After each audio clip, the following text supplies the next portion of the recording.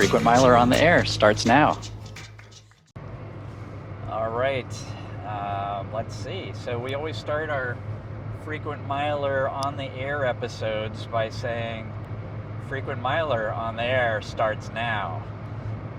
But today, yeah, we're not on the air, so to speak. We are not in the air.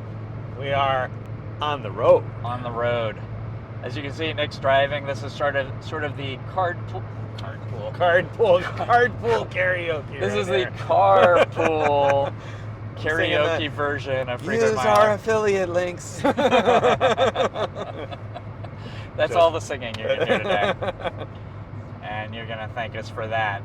So, I'm keeping my hands on the wheel, though. 'Cause the speed limit here is fast, as it turns out. So, right. two hands. So we start every show with the giant mailbag, but today we're not going to read giant mail, even though I have the giant mailbag with me. It's pretty impressive. It is. I mean, it's traveled all the way to the United Arab Emirates. We are somewhere right now between Abu Dhabi and Dubai. Yeah, on we the are. highway, and we did not leave the giant mailbag behind. And when I say we, I mean Craig. Craig Right. did not leave the giant Did. mailbag behind. I That's do respect. this for you. Right. Respect. So, our main event, we didn't even talk about what the main event is. We didn't yet. But the main event is we're going to be talking about how to navigate the logistics of travel during COVID, during the pandemic, when there's all kinds of rules about being vaccinated and being tested, and whether or not you could go to this country or that country from whatever country you're coming from. We're going to talk about that. The background, though, is the trip we're on now, which was inspired by giant mail from January of this year, where the so-called fan wrote to us. And I had told the world... Wait. Let's be clear. We're not calling them a so-called fan, all right? That is this person's name. Like You're their right. handle That's that how they he use. goes. He goes by that, right? I mean, he's actually... He's a fan. He's a fan. All right, I don't know about this so-called business. He's a fan. Right. So he's misnamed himself. So, yeah. Back at the beginning of the year, I said, as a Diamond Elite with Delta, that for the first time ever, I wasn't going to pick a global upgrade certificates as my choice benefit with Delta, because I'm not going to be traveling internationally this year. I thought, what would I do with these global upgrade certificates anyway? And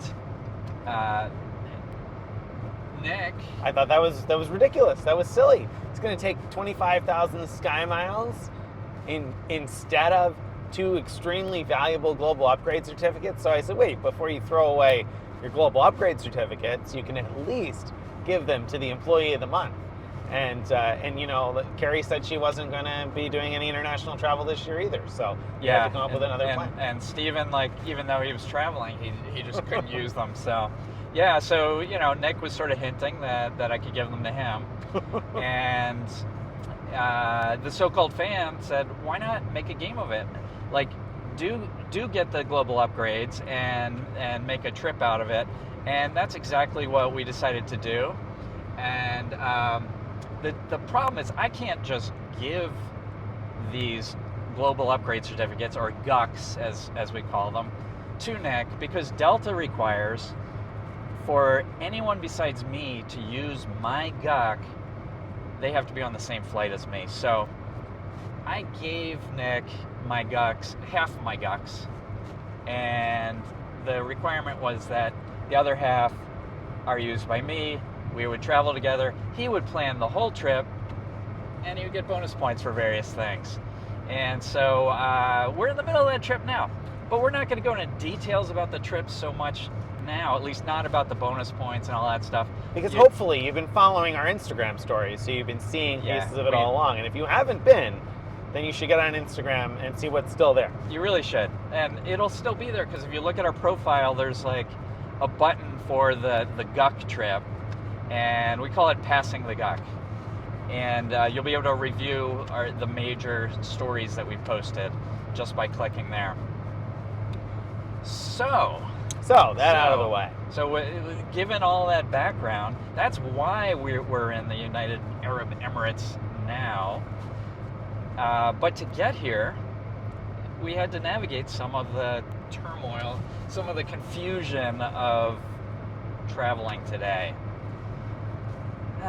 So, I mean, I guess we got to start sort of back at the beginning of the trip in order to do that, right? So the first thing you have to do if you're going to travel internationally these days is get a test. Usually most locations are going to require you to do some sort of a COVID test. So the first thing is understanding A, what kind of tests they require, and B, where you can get that kind of test, right? Because you know, a lot of people might be familiar with those tests you can buy and do yourself, buy them at a pharmacy, and that may work for some destinations, but for example, the United Arab Emirates requires a PCR test. They will not accept a rapid test.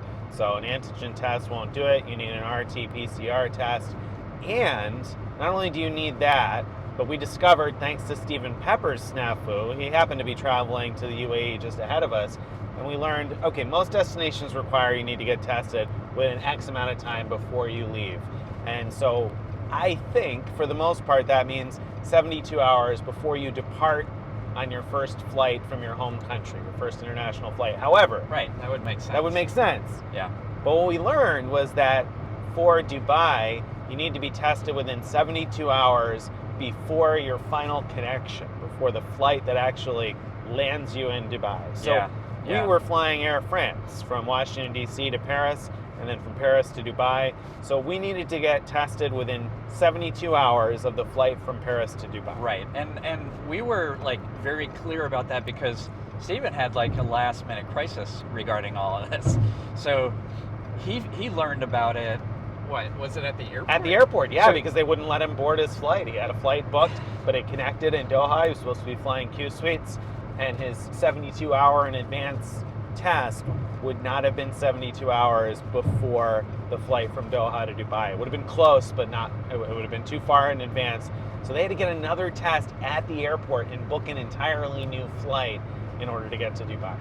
But, you know, lucky for him, he was able to get he found first class Emirates award availability and was able to fly direct rather than having a couple stops on his way. So it actually worked out very nicely for him, but you know, I'm sure it was a little bit stressful. A little bit, you know. And I that day I was sitting at dinner with my family, explaining to them what was going on, and I said, you know, how would a normal person handle all of this if you weren't into award travel and miles and points? I just can't imagine the crisis there. You get to the airport, you can't board your flight. Now what, are you going to book a paid flight day of departure? You know, like, right. You know, it's just craziness. Thank goodness he had the points to do it and the knowledge to figure out how to do it. So of course we didn't want to end up in that boat, even though we've got the points and the know-how to figure out another plan.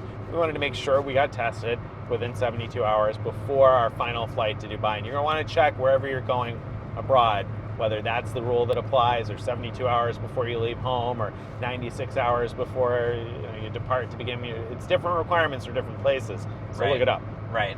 So we had figured out that we had to get tested no earlier than Saturday morning. We were flying out on Monday, and because of working out the whole thing, we had to get tested by no earlier than Saturday at something like 7 a.m. And Nick got tested, Saturday morning, I think. Yeah, my appointment was 12:30 p.m. and they told me it would be 24 to 36 hours on results. There were a number of places I called that said 3 to 5 days, and so, I mean, that range won't work, right? Because I have to be within 72 hours of the Paris flight, and 5 days, forget about it. Nobody wants to test 5. That's not going to do you any good for travel. So, navigating that was a pain, just figuring out where would return results in time. But even that, so 36 hours, I got tested at noon on Saturday. That's midnight on Sunday, and I got to take off Monday morning here. So that was a little nerve-wracking in and of itself. But I got my results back 9 hours later. I got my results 9 o'clock. So he was fine. So my issue was when I looked in my area for a PCR test. Now, I probably didn't look hard enough, but I found ones that promised anywhere from 24 hours to 72 hours. And then there was one that was labeled a rapid PCR test. And I would have loved to have gotten that one, but the Dubai website says that they don't accept rapid tests. Now, whether or not that includes a rapid PCR test, probably not. Like those, it's probably okay, because how would they even know? As long as it says it's a PCR test and has the results, it's probably fine. But I was more worried about that than I just figured these testing sites have gotten better and better at getting stuff done, and so they say up to 72 hours just as, worst case, but it'd probably be faster. So I took a chance, and as things turned, I booked a Saturday afternoon test. That part wasn't so smart. I definitely should have done Saturday morning. Don't know what I was thinking there. You don't want to push it any closer than necessary, because the problem is, then as soon as you get done getting tested, you're like obsessively checking your email looking for results, right? Because what happens if they don't come back in time? And you end up in Stephen Pepper's shoes, scrambling to punt and figure out what you can do. And we've got hotel reservations and activities booked and things like that, the kind of things you have when you're going on a trip, right? Right. So right. So that made it a little difficult, a little like nerve-wracking. And it sure did. And so and we were leaving, so we were flying out of Washington D.C., but that meant both of us had to get to Washington D.C. So I had on separate tickets. On separate tickets, right, from our paid ticket. Our paid ticket was leaving Washington, D.C. Our international ticket was leaving Washington, D.C., but we both booked separate paid tickets from our homes to D.C., so that added another wrinkle, because I'm going to have to leave well ahead of my international flight from home, and then what? Are we going to be ready? So Greg ended up a little nervous there, right? I was very nervous. So, and part of what made me nervous, Nick got his test results back same day, and so when I didn't get mine back same day, as I was getting into Sunday, by the time I hit this 2 p.m., which is around when I got the test on Saturday, then I was really starting to sweat, because I'm like, all right, it's been 24 hours. I sort of assumed that it would come back in 24 hours. It didn't. I had to start worrying about alternative options, like how can I now get a PCR test that'd be ready in time. I checked the rapid PCR test option, and I found, okay, the place opens 9 a.m. Monday. I could show up at 9 a.m., get the rapid test. It would be ready in a few hours according to them. And so I had that as my backup plan. Now, if I did that, though, I would have missed my Delta flight to DC that I had booked.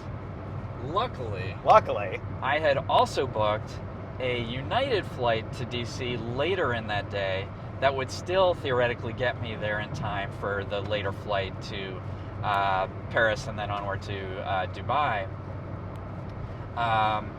So, it was just great that I booked both of these with miles. So in either case, I could have canceled and would have canceled one of them, whichever one I found out I wasn't going to be taking, and get my miles back for that one. So, that's a nice thing about the flexibility of travel right now. Now that airlines have gotten rid of the change fees, it makes it a lot easier to book a backup flight. Right, exactly, yeah. Book it without any consequences. That's huge. It's huge. So, anyway, I still didn't want that kind of, last second. Getting the test, even though they say it'll be done in a few hours, will it really? And then there was still the problem, it's a rapid test. Will Dubai accept it? I don't know. Well, and you got to also with that consider the fact that you've got to not only worry, is the person in Dubai going to accept it? You have to worry, is the person working check-in at the airport going to accept it? That's a good point. There's like a few steps, and if they're going to take it here, okay, or are they going to take it also in Paris? You're going to have to stop a couple of times here in order to get somebody to look at it, and so that added more stress than I wanted, and I only had that stress for like 8 hours. So I wasn't particularly happy with that part of it. Right. So as it turned out, though, about 7 p.m. Sunday night, the test results came in, negative, which is a positive thing. Don't get it twisted now. And so he's good to go. So I kept that United backup reservation still in place for its original purpose, which was if something went wrong with the Delta flight the next morning, I could still go over to the United flight and I would still make it. So that was why I originally booked it, not out really of concern over the COVID test. Yeah. No, I mean, it turned out to be handy for that, but I did the same thing. I booked a backup flight on Southwest because I knew it could be canceled up to 10 minutes before departure, no penalty, and so I booked a backup flight on Southwest that actually took off sometime after I was scheduled to land in DC on my original United flight. That way, if my United flight got canceled, or I missed it, I got up late or something like that, I had a backup to still get there. And I didn't cancel my Southwest flight until I arrived in DC. Once I got there on the United flight, I didn't want to chance anything. Like, I don't want to chance there's something goes wrong as they're taxiing out or whatever else. Once I got to DC, I canceled the Southwest flight, got my points back, and we were good to go. Yeah. When I look at this video, we can see the screen as we're recording this. I can't help but think we should be singing karaoke. On the road again. I'm not going to sing it. I'm really bad. Me too. Clearly. Everybody knows that now. Secret's out, guys. We're bad singers. So, all right. So, what were we talking about? We booked backup flights. We didn't need the backup flights. We canceled the backup flights, but that's something I would do. These days with positioning, you got to do that. Right? Exactly. If you have a positioning flight like that, then it's really helpful to do. If you're all on one carrier through one ticket, it's probably not necessary. Yeah. So, but we weren't that way. So if I were going to book a positioning flight, I'm almost certainly going to book a backup flight these days, just in case. Yeah.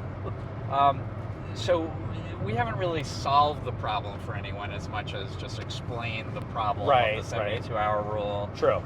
So what's the solution? It's there. Oh, I don't know. I don't know a solution. It's, maybe booking backup flights, even if you are all on one ticket, it makes sense. Like if you could book all the way to your destination for another, a later time, and cancel that for free, that might be a reasonable way to do it.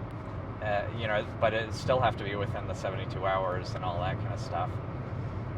One helpful thing I read when I was preparing for this is that at least usually, if not always, when they have a 72-hour or 96-hour rule, whatever it is, it's based on the planned time of departure of the flight. And so I was worried about what happens if the flight's delayed and then it goes past the 72 hours. And supposedly that's okay because they know obviously that happens and they would account for that. I don't know if in reality that's all that would work, but that's the idea. We did get delayed for a bit.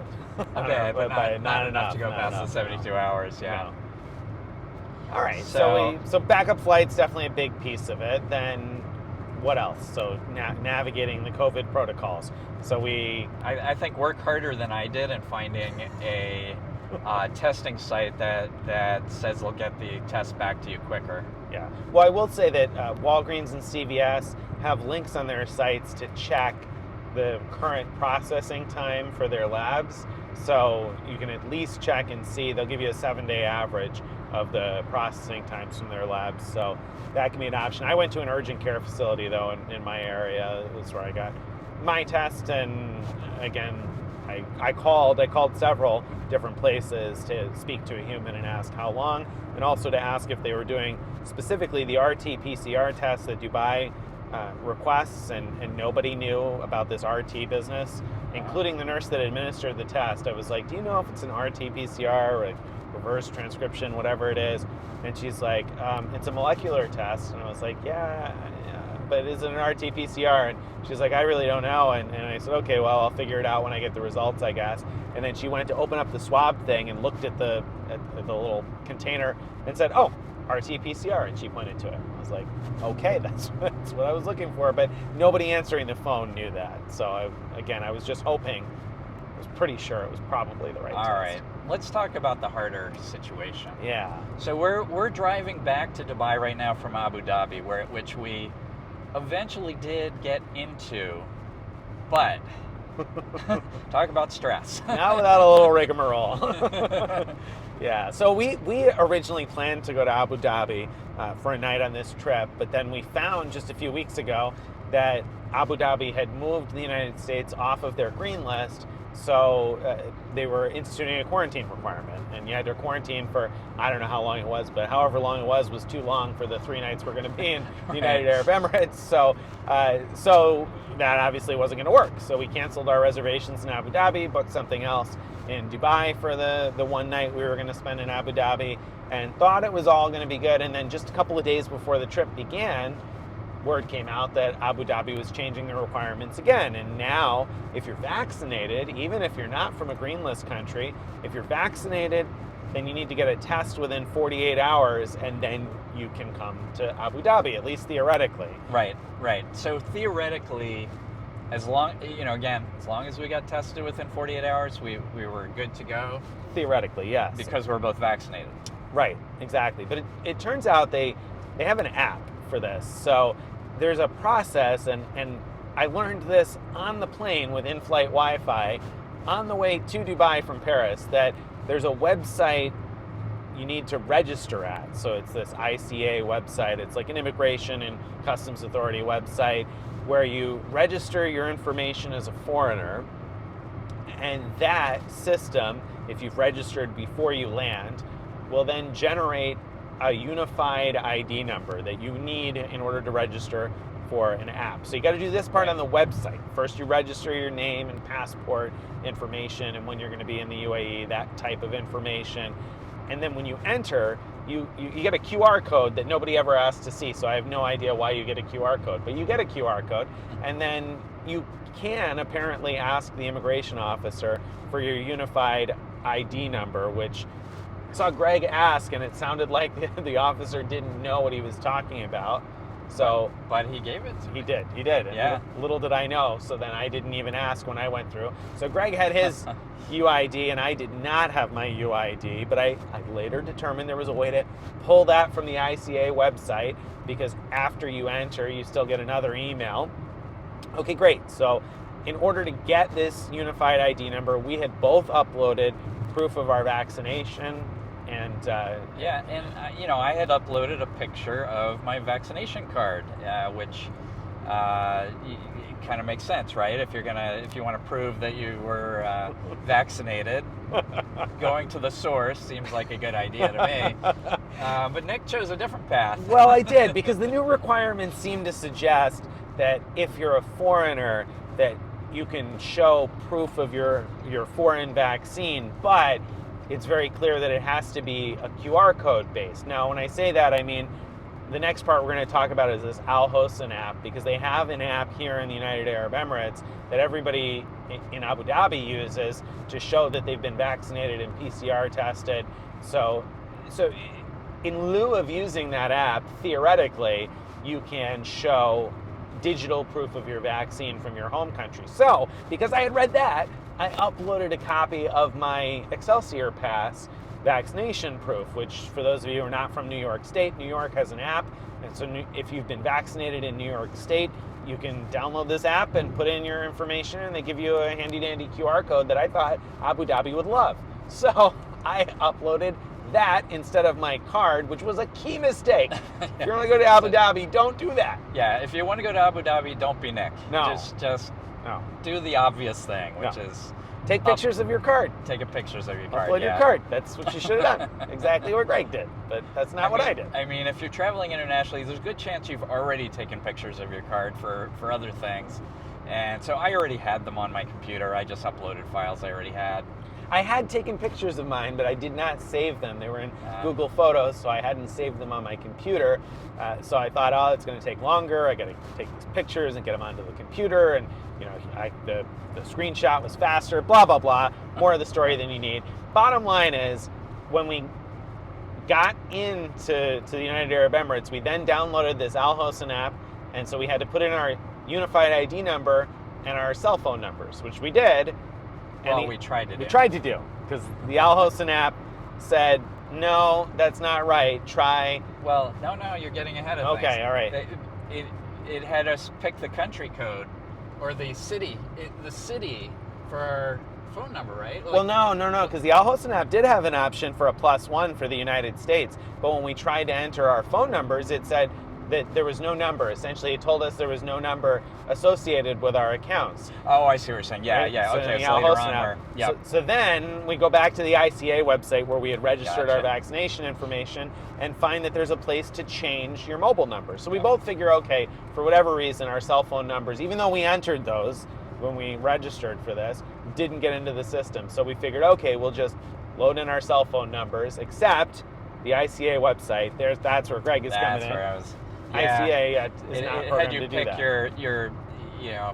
your city from the UAE, and it wouldn't allow any area codes, so to speak, from outside of there. So we couldn't put in. There was no way to put in our U.S. numbers into Right. there. No way. So we Impossible. called around, called the people that run the system, called the places we were going to go, and everybody basically told us to go get a SIM card and a local phone number. So off to the mall we go to go buy a SIM card and a local phone number. I do that, and boom, I'm able to put that into the ICA website. It works. So then I go to the Al Hosn app and I put in my unified ID number and my local cell phone number, and boom, that gives me a text message to verification. So great, I'm good to go. So now Greg's turn. So now we figured we could reuse this same number. So I put Nick's number in, and it takes it in as a new number for me, and then I go to the app and try to use it. It's like, no,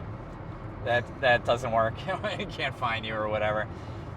Okay, so we figured I need to get my own number too. I go buy my own SIM card, put it in, blah, blah, blah. I finally, I add it in as another number into my profile. Then I go to the app, put in that number.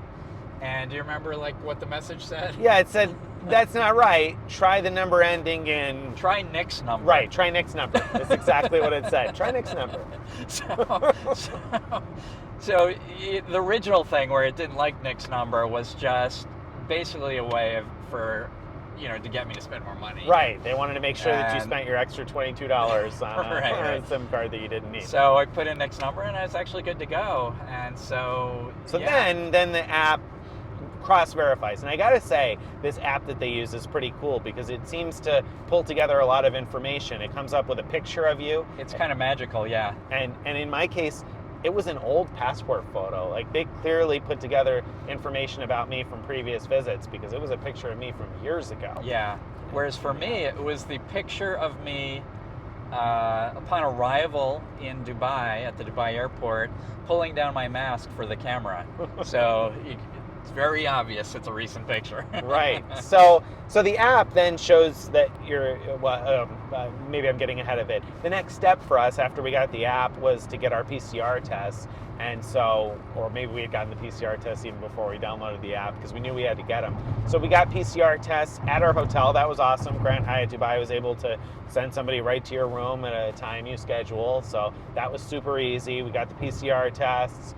And so we go to sleep, wake up the next morning, and I see, actually sometime that evening I saw in the Al Hosn app, mine said that PCR was negative. So, okay, great. My results came back, again, just a few hours. So I thought that was awesome until the next morning I saw Greg's app that said his PCR was also negative, but it was also lit up green and it had all of his vaccine information, which the green background on the app is what shows that you're good to go to enter Abu Dhabi. And mine wasn't green, despite the fact that Greg's was. Yeah, no, and you're still not green, are you? No, I'm still not green right now, and we're already out of Abu Dhabi at this point. No. I do want to say something about testing, about the COVID testing. Okay. So back in the States, I think for both of us, it was like a frontal nasal swab. And in my case, I don't know if it was your case, it was do-it-yourself, like while they watch. They told me what to do, swab, put it in a little bag, and off I go. Super easy. No problem. Yours was someone else did it for you? Yeah, someone else did it for me, but it was the same thing. It was just very shallow. Barely feel it. And in the hotel was halfway between that style and the old style where they used to tickle your brain and pull some some gray matter out of gray there. matter out, yeah. So this went sort of halfway in, and so it wasn't at all painful, but it was kind of ticklish. Yeah, it was kind of ticklish. Ticklish. Yeah, not super comfortable anyway. Nothing. Yeah, I wouldn't want to do that like all the time, but I wouldn't. Right. I wouldn't be nervous about it or anything Right, if I had right. to do that again. It's no big deal. Right. So we got our PCR test. Mine is not green, and Greg's is, and I realized at some point that the difference is Greg's app is showing the dates of his vaccinations, and my app is showing nothing for vaccination. Yeah. It doesn't have any information about me being vaccinated. Right. So Nick spent the day trying to figure out how to add his picture of his vaccine card into the app. which was a pain and a struggle in and of itself. But I finally decided, I'm just going to go back to the beginning. Their system seems to put information together really well. So probably if I just go back to the beginning and try to register all over again, so to speak, it will figure out that this is my vaccine card, and I'll upload these pictures of my vaccine card. So that's what I did, and it was really easy, and it was very clear to me right away that it recognized who I was, uploaded the copies of my vaccine card, and within a few hours, it showed in the app the dates of my vaccines, but it said pending approval. And so it didn't turn green the way Greg's did. Yeah. You know what? You better pay attention to the instructions that Google's giving. I'll tell a little more of this story, and you could sort of half listen and chime in. I'm doing it. Got it. All right. To make a long story slightly less long, Nick never got it green in time to go to Abu Dhabi, but he got sort of a half confirmation that we probably could get there anyway. And so we drove there, and there's a border border guard station that looks like a toll booth, basically, where they looked at his app and all the information. He was ready with all his vaccine information, but they didn't want to hear about it there. They said, go back. They gave us directions to go back to a testing center.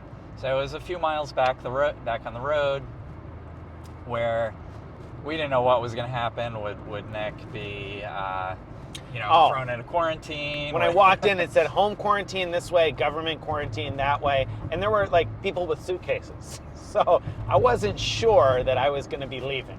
Yeah. So I thought about going in with him, but then I thought, if he gets quarantined, I don't want to be stuck with him. So I had the car keys. I'd be good to go. So I went into the government quarantine center, and one person after another kept telling, there were a bunch of different points to stop, and it wasn't clear where to go in my situation. So I keep explaining to a different security guard what I'm there for, and they just keep pointing further in, telling me, oh, go further in. And that felt less and less comfortable the further I was getting into the quarantine center. But sure enough, they were very friendly about it, and so they gave me some paperwork to fill out, and I went to fill it out and sign it, and I saw that it said that I was agreeing to quarantine at home and be fitted with a bracelet. And I was like, wait a second, I thought I didn't have to quarantine though. So I went back to ask more about that, and the agent told me, no, don't worry about that. There's new rules now. So under the new rules, you don't need to home quarantine anymore. It's just the old paperwork. So new rules, old paper. Don't worry about what it says and what you're signing to. You're going to be fine. That's what she's telling me. So I went ahead and signed it. So, and you were told, right, that as long as you had that form, you'd still be able to get into the hotel, get into restaurants, get into activities. Because I specifically asked, am I going to be able to go to restaurants and stuff? And she said, yeah, just show this paperwork and you'll be fine. So, great, right? It's still a little scary. Wait, so, and let's be clear, she told me, just show the paper that says that you agree to home quarantine, and they'll let you into the restaurant. I'm not sure what sense that makes, but I was like, okay, if you say so.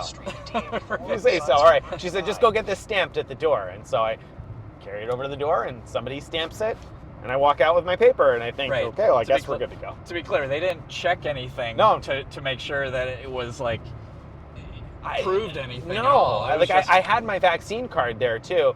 but I nobody mean, wanted to see that. Nobody cared about that. Yeah. So we go back to the checkpoint, and there the guy happily looks at the form, says, "Oh, all right, you may go in," and he keeps the form. And I was like, "Wait, you keep that?" And he just like folds it up and says, "Yeah." Like, there was no conversation about that. So we not getting in any restaurants. So now that. we're into Abu Dhabi technically, Right. but without that form. The story gets a little less interesting after that. It does after that. Yeah. After that, basically, every place we went did ask to see the app.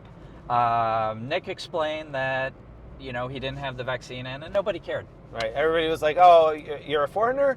Okay, well, sometimes it doesn't work for foreigners." They just wanted to make sure that the PCR said negative within the right amount of time, and then that seemed to be fine. People seemed less concerned about it than I expected. And to be clear, they do ask to see the app everywhere you go. So, like walking into a hotel, walking into a restaurant, walking into activities, they do ask to see the app as soon as you walk in. Right. So I'm pretty sure there's no COVID in Abu Dhabi because there's no way a COVID virus could navigate the requirements there. It's too complicated. I mean, imagine trying, a COVID virus trying to get that app working. I can't. Yes. Forget it. So I'm sure that the app will light up green for me as soon as we leave the United Arab Emirates. But the moral of the story is, I never in a million years would have realized that there was a police checkpoint between Dubai and Abu Dhabi. I've been to the United Arab Emirates before. I had no idea until I started to do a little bit of research in the days before, like in the hours before arriving here on the airplane. I had no idea that I was going to need to have all of this app and stuff. I wouldn't have known any of that. So do your research before you go, because I would never have expected that to be an issue.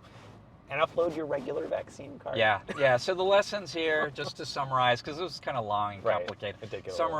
To summarize, like, it's good to have backup flights, especially positioning flights, if you can, book things that are fully refundable.